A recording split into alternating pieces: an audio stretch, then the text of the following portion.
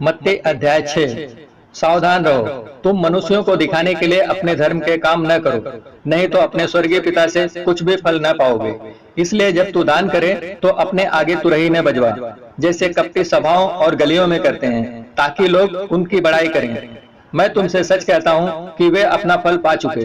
परंतु जब तू दान करे तो जो तेरा दाहिना हाथ करता है उसे तेरा बायां हाथ न जानने पाए, ताकि तेरा दान गुप्त रहे, और जब तेरा पिता जो गुप्त में देखता है तुझे प्रतिफल देगा।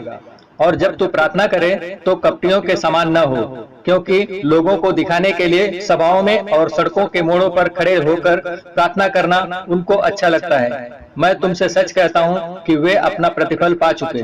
परंतु जब तू प्रार्थना करे तो अपनी कोठरी में जा और द्वार बंद करके अपने पिता से जो गुप्त में है प्रार्थना कर, और तब तेरा पिता जो गुप्त में देखता है तुझे प्रतिफल देगा। प्रार्थना करते समय अन्य जातियों की नाई बक बक न करो, क्योंकि वे समझते हैं कि उनके बहुत बोलने से उनकी सुनी जाएगी। सो तुम उनकी नाई न बनो, क्योंकि तुम्हारा पिता तुम्हारे मांगने से पहले ही जानता है कि तुम्हारी क्या क्या आवश्यकता है। सो तुम इस रीति से प्रार्थना किया करो, हे हमारे पिता, तू जो स्वर्ग में है, तेरा नाम पवित्र माना जाए, तेरा राज्य आए, तेरी इच्छा जैसे स्वर्ग में पूरी होती है वैसे पृथ्वी पर भी हो। हमारी दिन भर की रोटी आज हमें दे, और जिस प्रकार हमने अपने अपराधियों को क्षमा किया है वैसे ही तू भी हमारे अपराधों को क्षमा कर, और हमें परीक्षा में न ला, परंतु बुराई से बचा, क्योंकि राज्य और पराक्रम और महिमा सदा तेरे ही हैं। आमीन। इसलिए यदि तुम मनुष्य के अपराध क्षमा करोगे तो तुम्हारा स्वर्गीय पिता भी तुम्हें क्षमा करेगा, और यदि तुम मनुष्यों के अपराध क्षमा न करोगे तो तुम्हारा पिता भी तुम्हारे अपराध क्षमा न करेगा।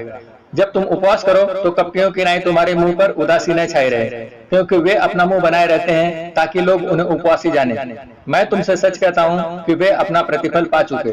परंतु जब तू उपवास करे तो अपने सिर पर तेल मल और मुंह धो, ताकि लोग नहीं परंतु तेरा पिता जो गुप्त में है तुझे उपवासी जाने।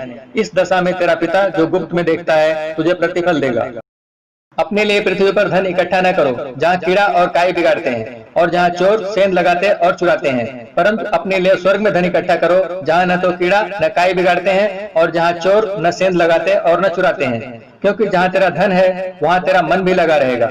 शरीर का दिया आंख है, इसलिए यदि तेरी आंख निर्मल हो तो तेरा सारा शरीर भी उजियाला होगा, परंतु यदि तेरी आंख बुरी हो तो तेरा सारा शरीर भी अंधियारा होगा। इस कारण वह उजियाला जो तुझ में है यदि अंधकार हो तो वह अंधकार कैसा बड़ा होगा। कोई मनुष्य दो स्वामियों की सेवा नहीं कर सकता, क्योंकि वह एक से बैर और दूसरे से प्रेम रखेगा, वह एक से मिला रहेगा और दूसरे को तुच्छ जानेगा। तुम परमेश्वर और धन दोनों की सेवा नहीं कर सकते। इसलिए मैं तुमसे कहता हूँ कि अपने प्राण के लिए यह चिंता न करना कि हम क्या खाएंगे और क्या पिएंगे, और न अपने शरीर के लिए कि क्या पहनेंगे। क्या प्राण भोजन से और शरीर वस्त्र से बढ़कर नहीं? आकाश के पंछियों को देखो, वे न तो बोते हैं, न काटते हैं और न खत्तों में बटोरते हैं, तो भी तुम्हारा स्वर्गीय पिता उनको खिलाता है। क्या तुम उनसे अधिक मूल्य नहीं रखते? तुम में कौन है जो चिंता करके अपनी अवस्था में एक घड़ी भी बढ़ा सकता है?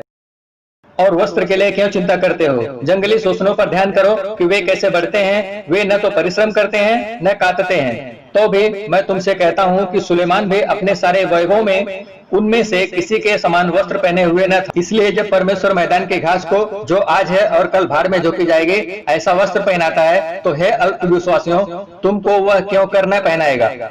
इसलिए तुम चिंता करके यह न कहना कि हम क्या खाएंगे और क्या पिएंगे या क्या पहनेंगे, क्योंकि अन्य जाति इन सब वस्तुओं की खोज में रहते हैं, और तुम्हारा स्वर्गीय पिता जानता है कि तुम्हें ये सब वस्तुएं चाहिए। इसलिए पहले तुम उसके राज्य और धर्म की खोज करो तो ये सब वस्तुएं भी तुम्हें मिल जाएंगी। सो कल के लिए चिंता न करो, क्योंकि कल का दिन अपनी चिंता आप कर लेगा। आज के लिए आज का ही दुख बहुत है।